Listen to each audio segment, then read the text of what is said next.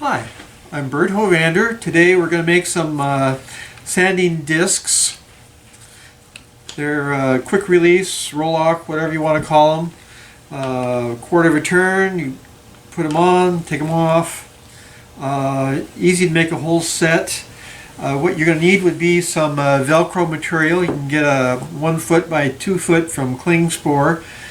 It used to be 15 bucks, it's probably 20 now. If it's $20, then it'll cost you about 65 cents a piece to make a disc of hook and loop material for these. The Scotch-Brite quick release discs used off the shop floor, free. Have a cushion from a chair, that's free.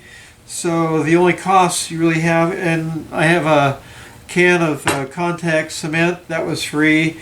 So 65 cents a piece, then is what it'll cost me to make them. Harbor Freight, you can get a $5 mandrel like that, which you just leave in your drill, and it's so easy to change them. And so I made a whole set, so I have one for each. Actually, I have two for each grit. I'll show you how I do this. First thing you need to do is take a piece of foam. I cut it on the bandsaw. It cuts beautifully. So I cut it at 1 inch thickness. Then I cut into larger discs. I butter the piece of foam both sides, just one coat. You don't want to have lumps in there because it'll just soak in.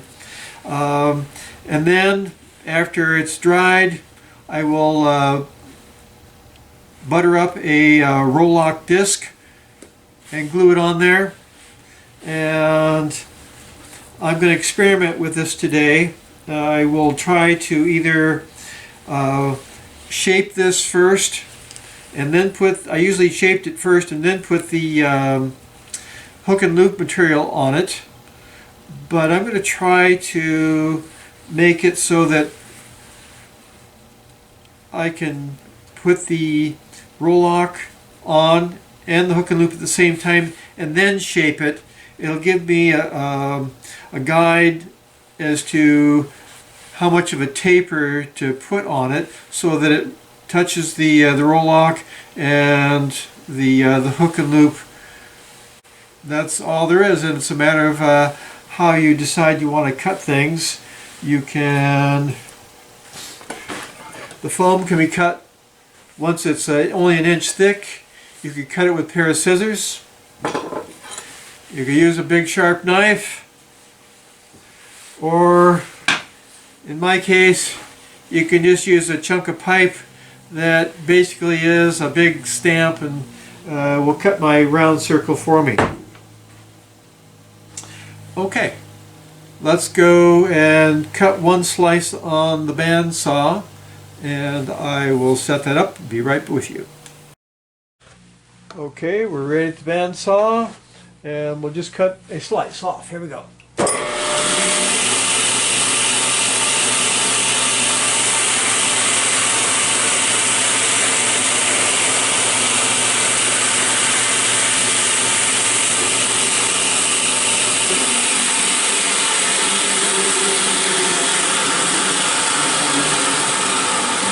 Cuts beautifully, beautifully. A friend made me a punch, so I could just take this punch and make some round donuts. Round foam. There we go. Round disc. That doesn't seem to be the best way. I think I like doing it with scissors better. I can make it oversized and I don't have to worry about not having enough material there. The material that I'm using for hook and loop is from Klingspor, and I'm also using the Abernet that I can get at the woodcraft store. Both are about 2 3/4 of an inch wide. Some of the stuff I get from Klingspor varies up to even 3 inches wide. So What I want then is that my diameter to be less than 2 3/4 inches. Somewhere between 2.5 and 2 3/4 would be pretty good. I usually like to maximize it as much as I can. So I just drew a picture. I used a yogurt cup. Drew a picture, so I have a round circle on the foam. You can use a knife, you can use a bandsaw, a pair of scissors works just fine to cut out a rough circle that you're going to shape later. It doesn't have to be perfect. Close is good. And once you have this circle, then you're going to want to take some contact cement and just butter it, which I'm going to do right now. Fact is, I'm not going to stop the camera.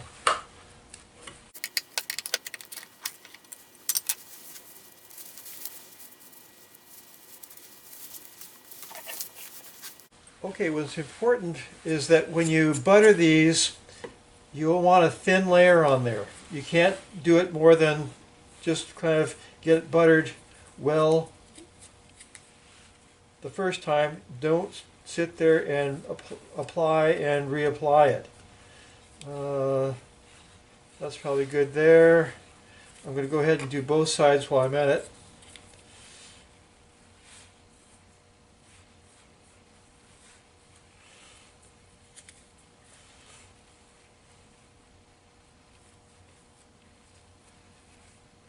And that's probably good enough. Set it on your visqueen or whatever. Let it dry. It'll take a day or two. Okay, when you close up your can, tap it lightly. If you hit it too hard, some cans will start to buckle on you. Just a little bit is good. And then, like you would with a paint can, be sure you turn it upside down to seal it from the inside. And you're good to put it back in storage. One thing I forgot to explain was why I really buttered both sides of the foam discs with the contact cement, and it just gives a better surface to glue to. With the fiber discs, maybe it wouldn't be quite the same issue. I'm not sure, but with the Velcro material, the PSA backing needs something to give more surface area for it to stick to, rather than just the foam itself. And that was why I did it, because I wanted the PSA to stick on there and stay. For those in the club interested in trying to make some of your own, I have lots of these Rolox quick release discs, fiber discs. A friend picks them up off the shop. You can see they're really gunky. And let's see, I have one here that I only wire wheeled half of it, and I will do the, but just so you can see the difference between wire wheeled and all the gunk that's left there. I did that because I thought I would give it better adhesion with the contact cement that I'm using. This is the foam that I'm using today. It's rather squishy, as you can see. This is foam that I got at Pacific Iron Fabric Store a number of years ago. I've been using this one for 2 years now, or 3 at least, and it's held up really well. A bit more dense than this. Steve Gary said that this foam wasn't holding up that well and it tore apart on him. I bought 2 at Klingspor when I was there. This one is so soft, even softer than the foam that I have here today, that it just, I'm sure it won't hold up. And one of the guys at the store said, don't bother buying it unless you plan on just using it for a while and throwing it out, because it won't hold up, it'll tear apart on you.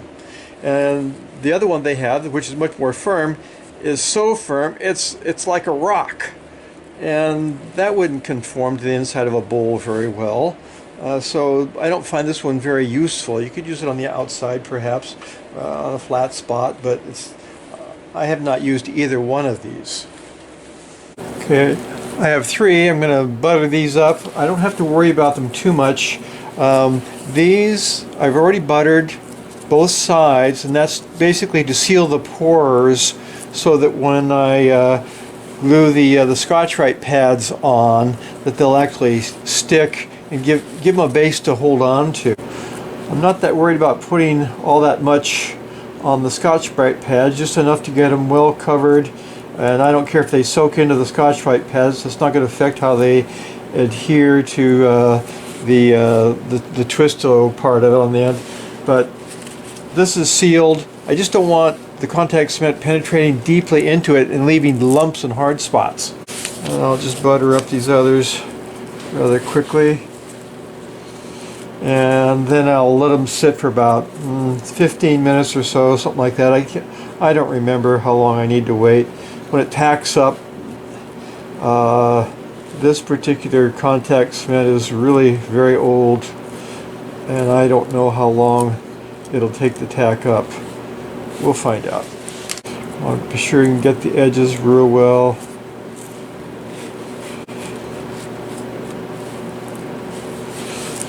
Okay, that looks good. Alright. I'll wait about 10-15 minutes, and then I'll come back and start setting them into the foam.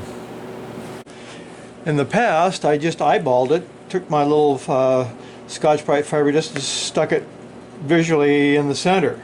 So now I've put a little circle on the for the drill press. Since I have a drill press, might as well use it. I have a disc on here, and I'm just going to do it this way for centering. And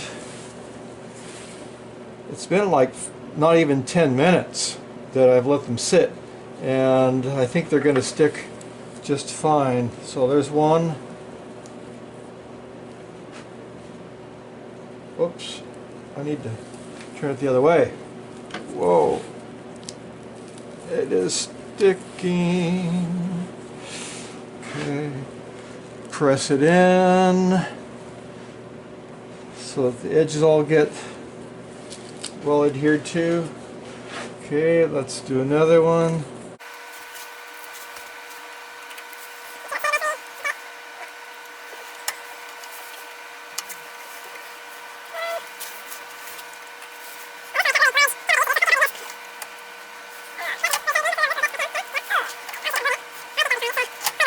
Okay, so I'm just going to squish those down some more. Be sure they're squished in there. Then tomorrow I can put the Velcro on the other side and shape the discs. I think this seems to cut it just fine.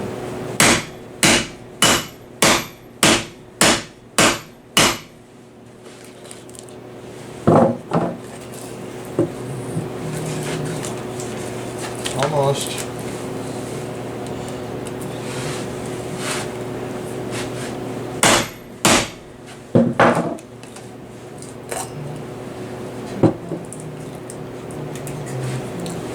So, that did fine. Be just fine. And for fun, I can't resist. I had so much trouble cutting the foam yesterday that I have to try again today. And this time I'm doing it on a table that's much more stable, and pick a clean spot on this plywood so it's not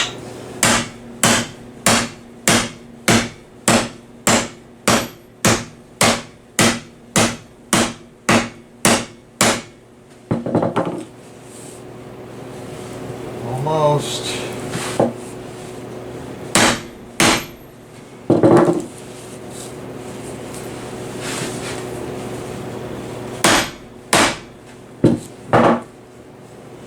There, that took a bit of effort, but it's probably faster still than using scissors. The hook and loop material has a pressure sensitive adhesive, PSA, on the back, so I just need to peel off the plastic part. And you can see the little circle that I've cut, so I know where to center this here. my self-centering device. Ooh, it sticks to your fingers really well. If I can lay it down there without it sticking to my fingers. There we go. Okay, get it centered nicely. Okay.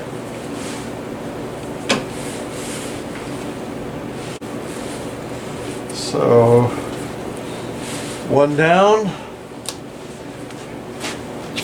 And we have another one to go. Okay, let's we're going to do this one here.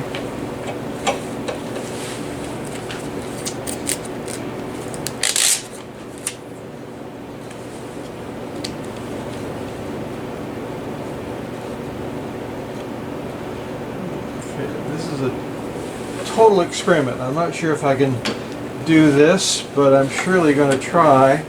What I have done in the past is simply shape the edge so it's a little bit conical, and then I would just take it and put it on my Velcro material and then cut it out around it. But this might be more economical and a little less wasteful. I'll see if this will work. Okay, I know that with a cordless chuck I cannot put it in reverse because then it'll just spin right off. So here we go. I'm going to hold it at an angle so that I'm going to touch the hook and loop here, and ultimately the fiber disc down here. That'll be the angle of the dangle.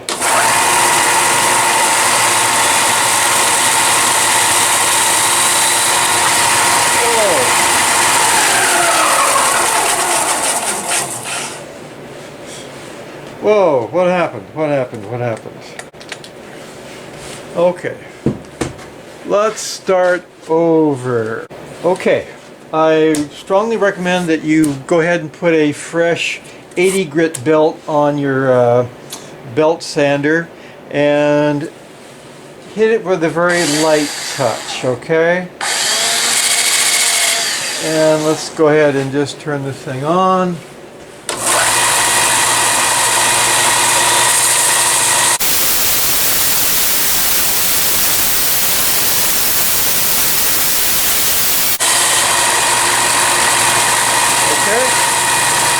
I think I got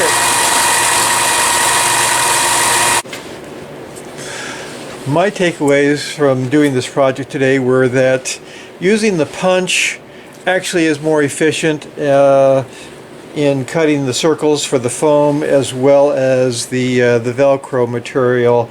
It's less wasteful. I end up with a disc that's closer to the right size, so it's less work on the belt sander. And the other big takeaway was using the drill press to center everything when I'm doing the glue up. It worked, I think, extremely well. Next one would be that the foam I originally got is so far superior to this foam that I need to go find some decent foam. That would be important. My third takeaway is that instead of ruining the belt by getting it totally coated with contact cement, I should have waited probably a week or so to let the contact cement get really hard, and then I may not have had as much of an issue because I basically have destroyed this sanding belt. Thanks for watching. So anyway, I thought I'll leave this one last bit to you. I hope that you noticed there were several stupidities committed by myself throughout the video. Some on purpose and some were accidental. Can you tell the difference? Bye for now.